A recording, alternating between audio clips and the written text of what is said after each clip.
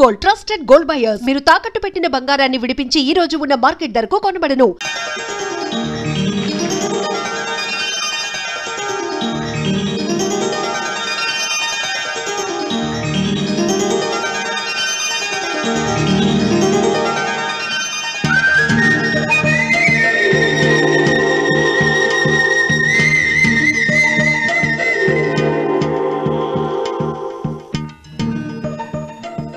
వెంకమ్మా, కాళ్ళు ఒత్తేది కూడా తెలియకుండా మెత్తగా ఒత్తుతున్నావే.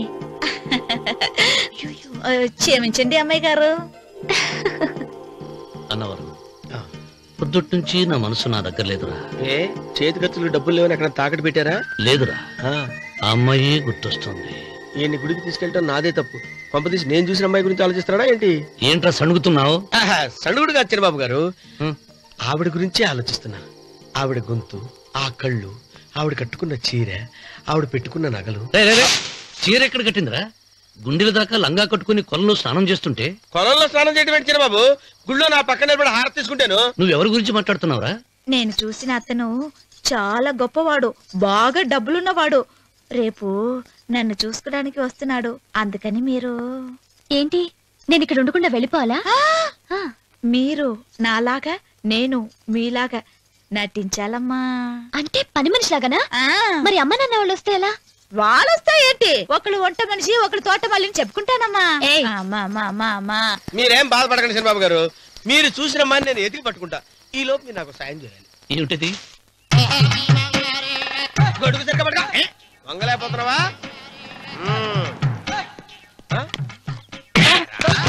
పనిచేసే పద్ధతి ఎవడరా నువ్వు? ఎవడరా నువ్వు? నిలబడ్డావు నేను ఎవడో చెప్పు. ఓహో, చిన్నమ్మ గారిని చూడడానికి వచ్చారు. మీ కాబోయే అయ్యగారు. దండాలు బాబు, వెళ్ళండి. నువ్వురా. పెద్దయ్య గారు అమ్మగారు లేకుండా ఈ చూసుకోవడాలేంటో. కొంచెం ఎక్కువ చేస్తున్నట్టున్నావు. ఎవరిని ఎక్కడ ఉంచాలో అక్కడే ఉంచాలి. వీడు కొంచెం చదివిచ్చాను, నెత్తిరెక్కుతున్నాడు. వీడి సంగతి తరువాత.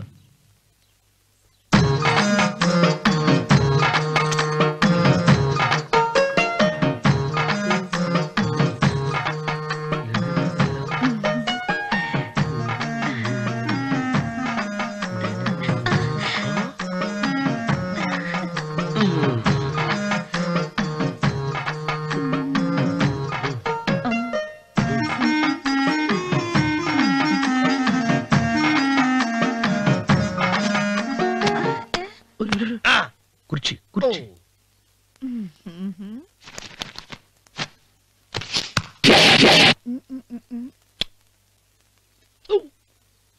అరుకు వస్తున్నాను అమ్మాయి గారు.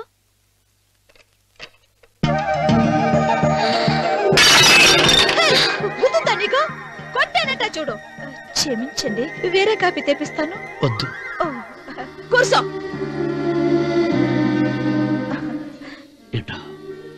ఈ అమ్మాయి చూస్తే నోరూరుతుంది. ఊరాల్సింది నీకు కాదు బాబు, నాకు. వెన్నపొడి పడవద్దు. ఒరే, చాలా ఎక్కువగా మాట్లాడుతున్నా. నాకు నోరూరుతుంది. కుర్చీలో కూర్చుంది. ఆ పిల్లని చూసి కాదు, కింద కూర్చుంది పని పిల్ల. దాన్ని చూసి.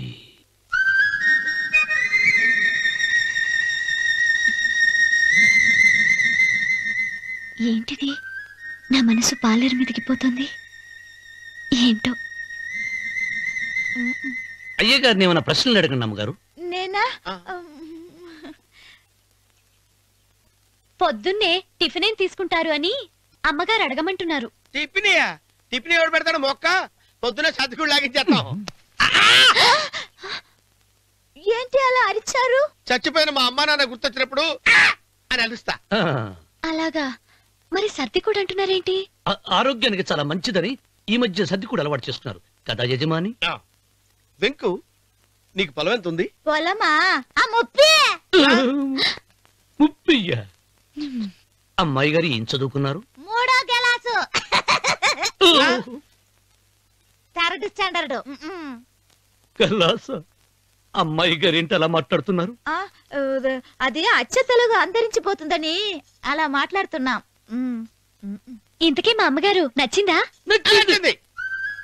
ఒరేయ్, నాకు ఈ పని పిల్ల నచ్చింది. నాకు ముప్పి నచ్చింది. అయితే నువ్వు దాన్ని చూసుకో, నేను దీన్ని చూసుకుంటాను.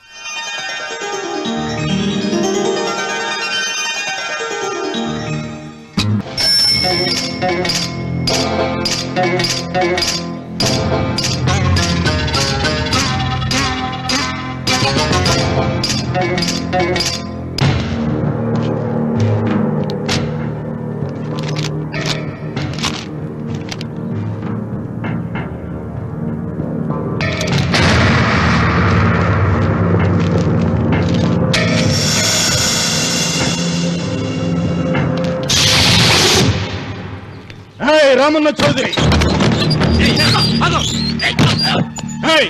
ఎంత దమ్ము నీకు? నాకు కాగితం పంపుతావా?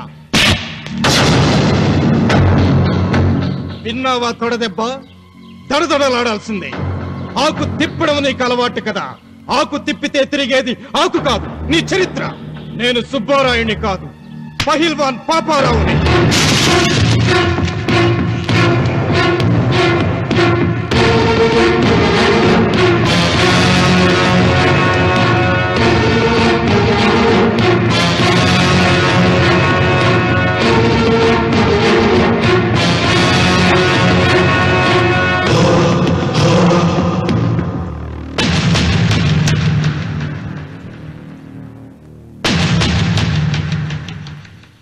అది నా జోలికి వస్తే ఎముకలు విరిగిపోతాయని అర్థం చేసుకున్నావన్నమాట.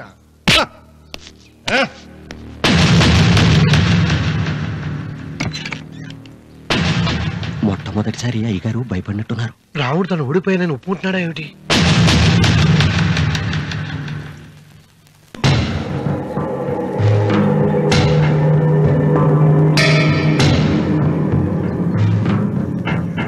నిన్న నువ్వు వాళ్ళ ఇంటికి పోయి తొడగొట్టి సవాల్ చేసినప్పుడే నోరు మెదపనోడు ఇలా కారు కదుపుతాడా? రాడన్నా నమ్మకం. వస్తే బాగుండు. నా కండలకి యమ దురదగా ఉంది. రామన్న చౌదరి బాడీ మీద అరగ తీసుకోవాలని ఉంది.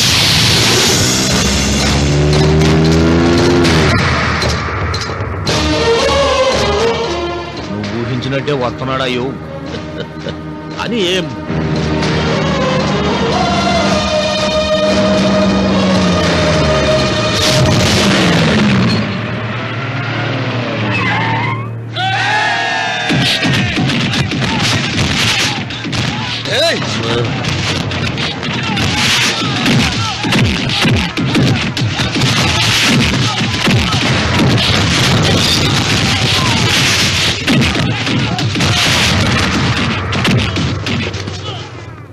రామన్న చౌదరి, నా కుర్రాళ్ళు ఒక్కొక్కడు ఒక్కొక్క ఆంజనేయుడు లాంటి వాడు.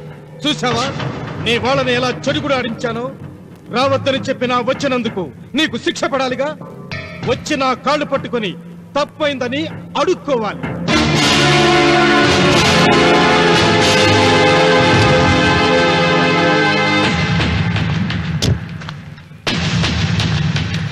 ఆగో, నీ పాదం తాకిన నేల నీ సొంతం అంటావుగా. అందుకే నువ్వు నేల మీద నీ పాదాలతో నడిచి రాకూడదు, మోకాళ్ళ మీద నడుచుకుంటూ రావాలి.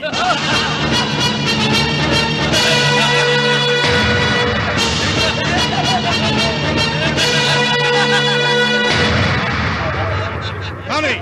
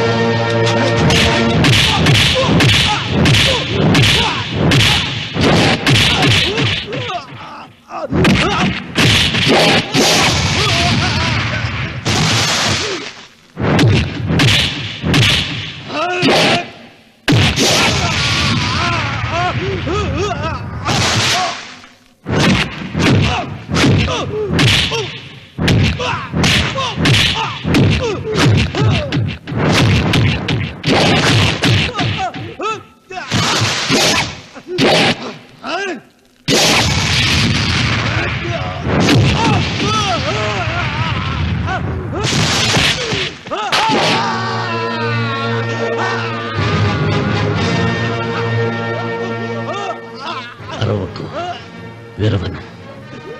ఈ చెయ్యి నాకు కావాలి. దస్తావేజుల మీద సంతకం పెట్టాలి కదా. అన్వర్,